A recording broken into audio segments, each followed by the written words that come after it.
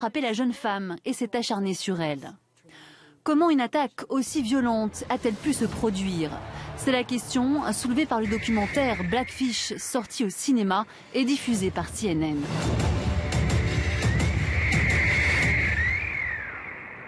La réalisatrice n'a jamais cru aux affirmations de SeaWorld qui évoquaient un accident. Je ne suis pas une activiste. Je suis une maman qui a emmené ses enfants à SeaWorld. Quand j'ai entendu des versions contradictoires, je me suis dit qu'il y avait quelque chose de plus profond derrière tout ça. En enquêtant, elle s'est rendue compte que cet orque avait été kidnappé bébé en Islande. Tilikum a passé les premières années de sa vie dans une boîte flottante avec 2 autres femelles qui la mordaient régulièrement. Ces 2 anciens dresseurs témoignent. Ils accusent le parc aquatique de faire du profit au détriment de la sécurité et du bien-être des animaux.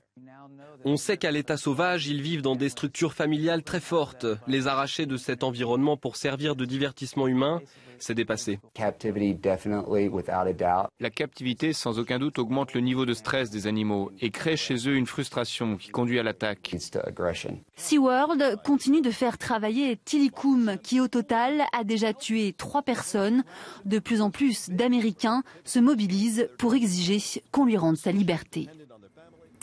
C'est un match de titans. Il oppose les géants Microsoft et Sony à quelques semaines de Noël. Je vous le disais en titre, l'Américain sort sa Xbox aujourd'hui en France, une semaine